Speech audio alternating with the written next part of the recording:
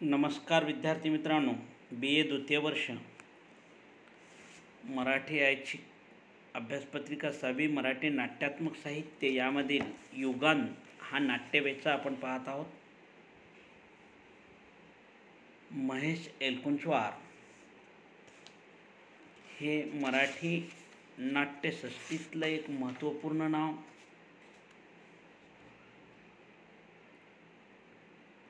कारण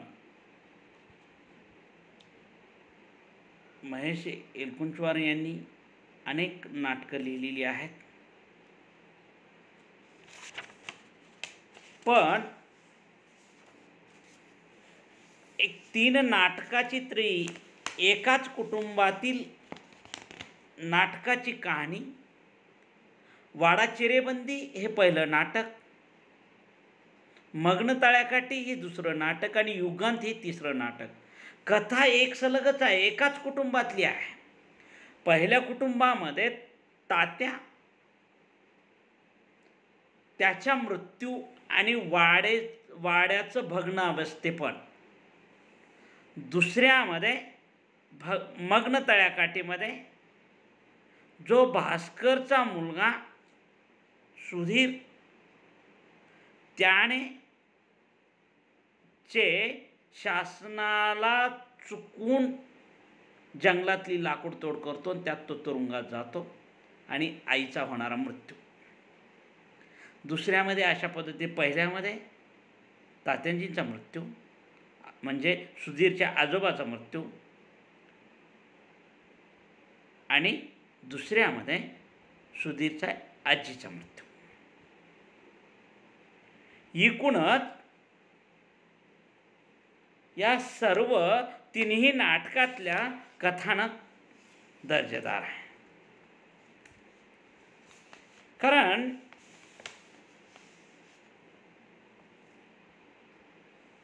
महेश एलकुंचवार यांनी जीवनाच्या निरर्थकतेप्रमाणेच एकलेपणाच्या जाणीवेने इचुलकरांची अनेक पात्रे आपणाला पाहायला मिळतात. मग तात्या असो, आई असो किंवा सुधीर असो, पराग असो. पराग हा जेलमध्ये जातो. सुधीर म्हटलं मी मागं, कारण पराग हा भास्करचा मुलगा असतो, तो जेलमध्ये जातो. तो सुधीर तरी हा त्याचा काका आहे, परागचा काका आहे. तो मुंबईला असतो आणि त्याचा मुलगा अभय असतो. सुधीर आणि अंजली हे मुंबईला असतात. त्याचा मुलगा हा मुंबईलाच असतो. तो पुढं बाहेर देशामध्ये जातो, शिकत असतो. त्याला या वाड्याविषयी आकर्षण राहिलेलं नाही आहे. परागला मात्र आकर्षण आहे. एकूणच ही सगळी जी पात्र आहेत, स्त्री पात्र असतील किंवा पुरुष पात्र असतील, वाडा चिरेबंदीमधील व्यंकटेश किंवा तात्या, या करारी माणसाने त्याच्या भोवतालच्या माणसाचे जीवन इतके व्यापले की या माणसांना त्यांच्या पांगळेपणाशिवाय दुसरी ओळखच राहत नाही. एकूणच या नाटकातलं कथानक पाहू किंवा या सगळ्या दृष्टिकोनातून जर पाहिलं आपण, तर हे युगांत नाटक कशा पद्धतीने पाठवून. नाटक म्हणजे काय? नाटक म्हणजे भावानुकीर्तनम असं भरतमुनी म्हणतात. माका शिंदे तर म्हणतात कथानक, पात्रे, अभिनय आणि क्रिया या 4 गोष्टीच्या चौकोनात सौंदर्याचा आविष्कार करून तयार केलेली आनंद देणारी कृती म्हणजे नाटक. जे जीवनाचा अर्थ समजावून सांगते ते नाटक असं प्रख्यात्री असे म्हणतात. एकूणच जीवनाचा अर्थ समजावून सांगण्याचं काम हे नाट्यत्रयी करते. त्यातले युगांत हे नाटक आपणाला पाहायचं आहे. पहिल्या नाटकामध्ये आपण पाहिलं की पहिल्या नाटकामध्ये तात्यांजींचा मृत्यू होतो आणि दुसऱ्या नाटकामध्ये सुधीरच्या आईचा मृत्यू म्हणजेच परागच्या आजीचा मृत्यू होतो. एकूणच हे सगळं म्हणजे वाड्याच्या रंगरूपाबद्दल इथे काही सांगितलेले नाही ह्या युगांतमध्ये.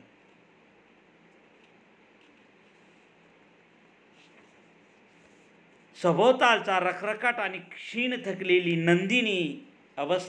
नंदिनीची अवस्था यावरून आपण ते तोडू शकतो. नंदिनी कोण? ही नंदिनी या परागची पत्नी आहे.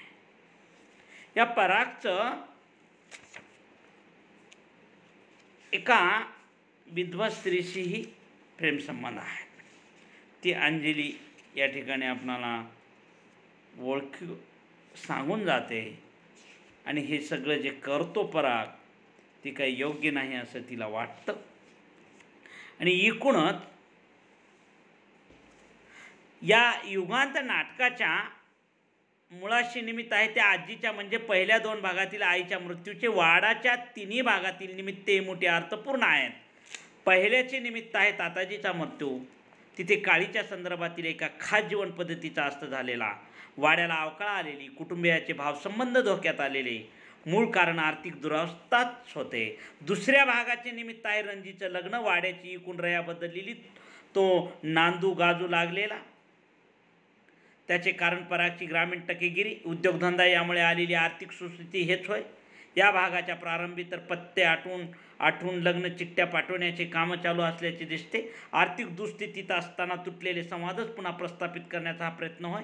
पण अंगाबाहेरची लेणी काळीला परवडणारी नव्हते. या भागाच्या अखेरीस पराग तुरुंगात जातो आणि शेवटी गरिबी येते, आर्थिक दारिद्र्य येते. तिसऱ्या भागाच्या प्रारंभाचे निमित्त आहे आजीचा मृत्यू. पहिल्या दोन्ही भागातील निमित्त म्हणजे सुलतानी कर्तृत्वाचे चढउतार आणि तिसऱ्याचं निमित्त आसमानीचा फटका. सतत 8 वर्षे रेंगाळलेले, ठिया मारून बसलेले आवर्षण, पानाचे दुर्भिक्ष इतकी की नंदिनी म्हणून जाते. श्राद्ध तरी इथं आई म्हणल्यानंतर श्राद्ध तरी कसं करावं? श्राद्ध करण्या इतकं सुद्धा पाणी या ठिकाणी नाही आहे.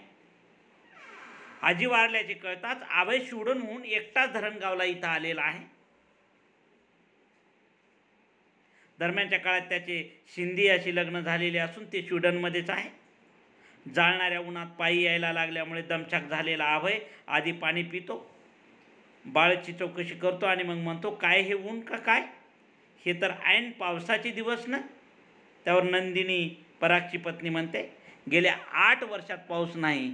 पुढे मुलाबद्दल बाळाबद्दल बोलताना सांगते, जन्माला तेव्हापासून पाऊस पाहिलेला नाही या मुलानं.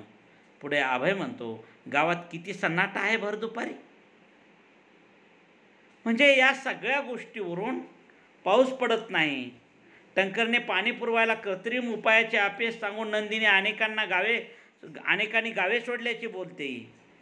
म्हणजे एकूणच अभय निश्वास टाकून म्हणतो, आणि गावाची जमीन सुटली की दुसरीकडे रुजता पण येत नाही.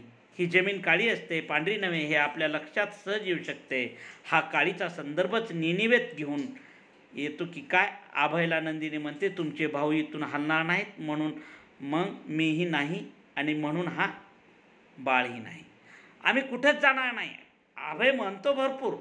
पराग, नंदिनी, अभय आणि चंदूकाका या चौघाच्या आधारावर सिद्ध होणाऱ्या तिसऱ्या भागात पूर्वानुसंधान काही उल्लेखाच्या पातळीवर राहिलेले आहेत. हे उल्लेखसुद्धा तपशीलवजा आहेत. म्हणजे परागचे वडील वारलेले असून आई रंजूकडे राहते आहे. मुले बाळे झालेली रंजू नेहमीसारखीच तिच्या पलायनवादात रमलेली आहे. अभयचे आई वडील मुंबईतच आहेत. या दृष्टीनं प्रस्तुत भाग दुसऱ्या भागावर अवलंबून आहे असे काही म्हणता यायचे नाही. पण एका बलवत्तर धाग्याची योग्य कल्पना दुसऱ्या भागातील वस्तुस्थितीत ठाऊक आल्याशिवाय येणे शक्य नाही. म्हणजे या ठिकाणी पराग ही व्यक्तिरेखा खूप महत्त्वाची आहे. परागमध्ये एक विलक्षण परिवर्तन झालेलं आहे तिसऱ्या भागामध्ये. त्याचं कारण म्हणजे त्याने सोसलेला तुरुंगवास आहे. कमालीचा तो अंतर्मुख त्या काळात झालेला असतो. क्षमाशीलता, सहनशीलता, औदार्य, समावेशकता अशा विशेषाबरोबरच एक विलक्षण अशी विरक्त वृत्ती त्यात आलेली आहे. रासवट आणि डळकाऱ्या फोडणाऱ्या त्या परागचे तिसऱ्या भागात सत्वगुणाच्या आहारी जाणे अनकालनीय मुळीच नाही. आश्चर्य वाटावे असेही त्यात काही नाही.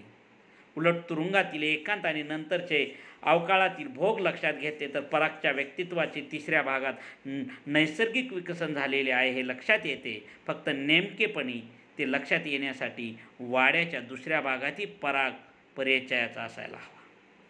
कारण अभय आणि पराग यांच्या संवादातून 7-8 वर्षे त्या भागात चाललेल्या निसर्गाच्या भीषण चेष्टितांची चांगली कल्पना येते.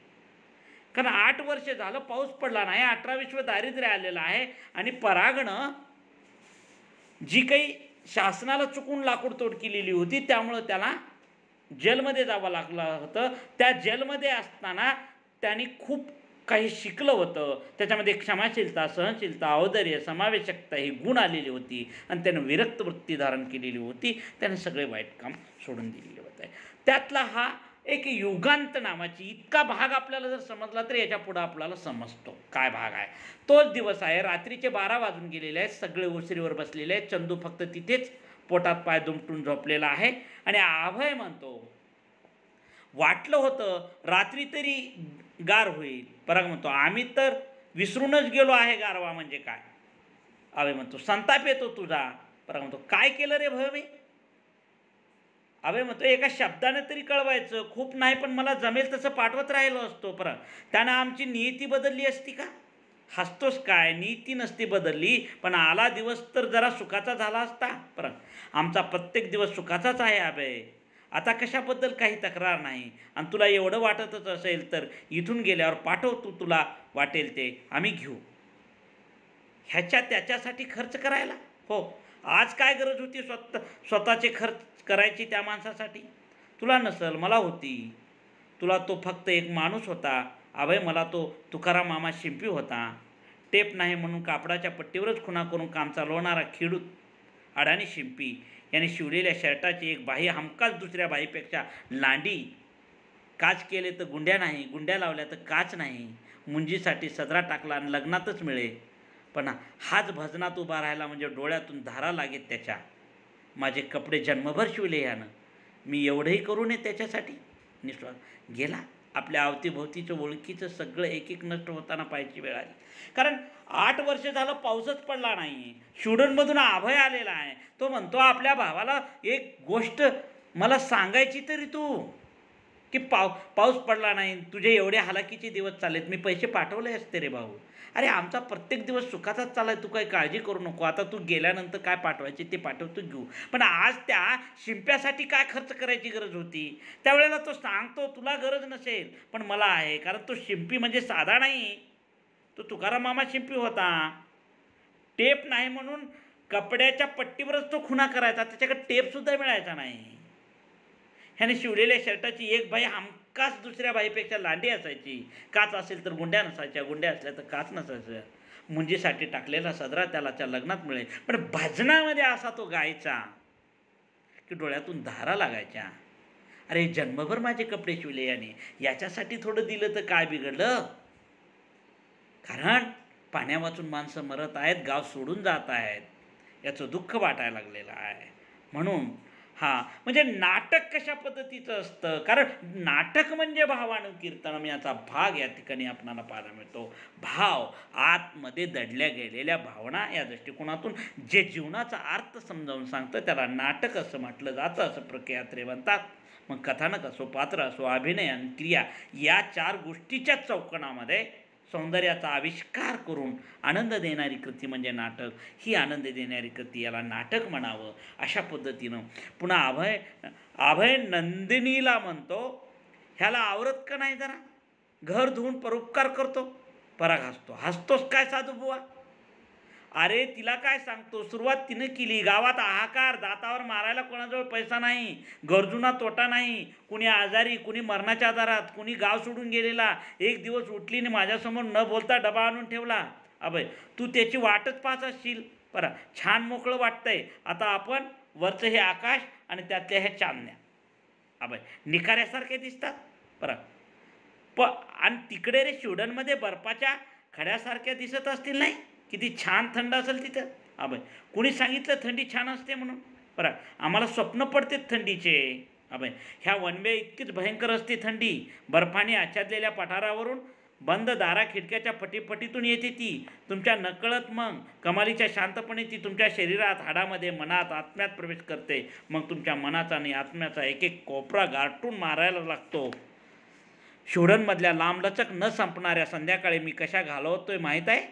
मी माझ्या शरीराच्या बाहेर येऊन उभा राहतो आणि माझ्या शरीरातल्या पिशीचं अविरत होणारं विघटन कुतूहलाने न्याहाळत राहतो. आत्म्याचा एक एक भाग गाठून गळून जाताना पाहतो. मरण एक अटळ थंडगार सत्य. आधी काय मरतं, शरीर की मन.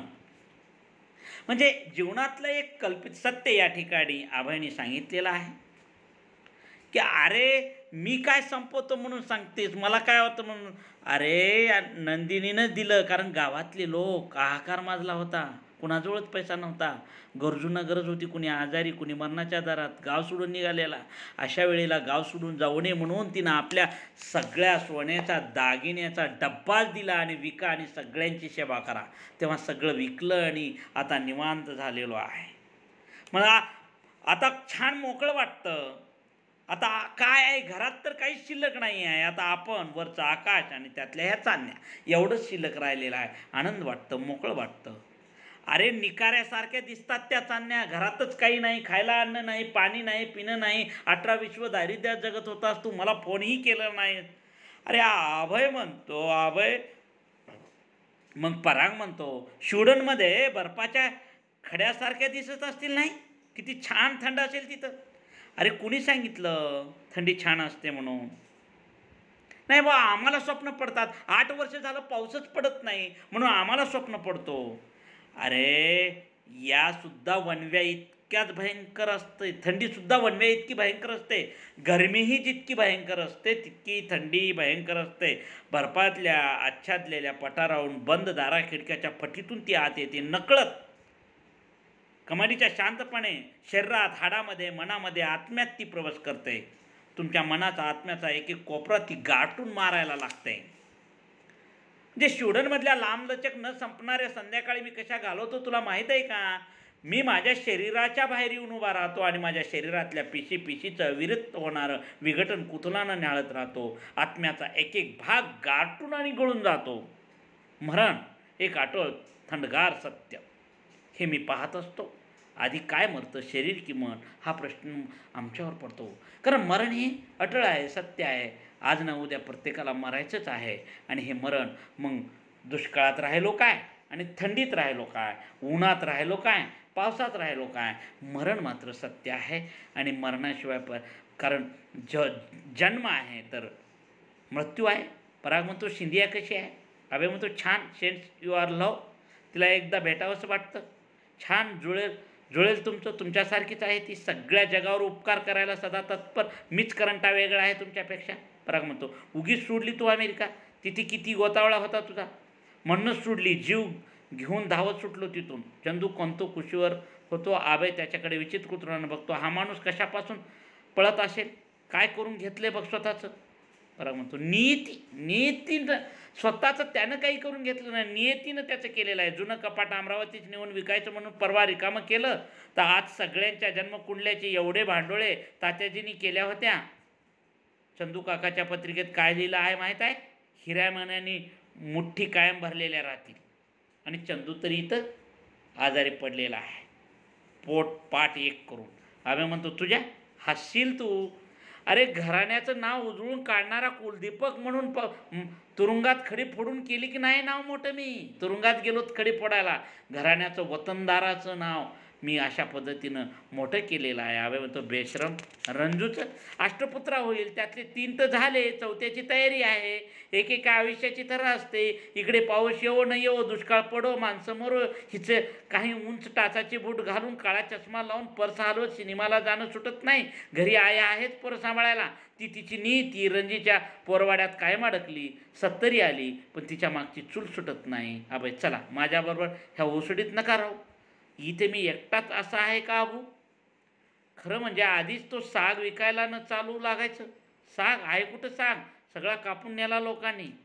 हातभर रात्री धडाधड ट्रक आले आणि सगळा साग घेऊन गेले. आणि तू पाहत राहिलास.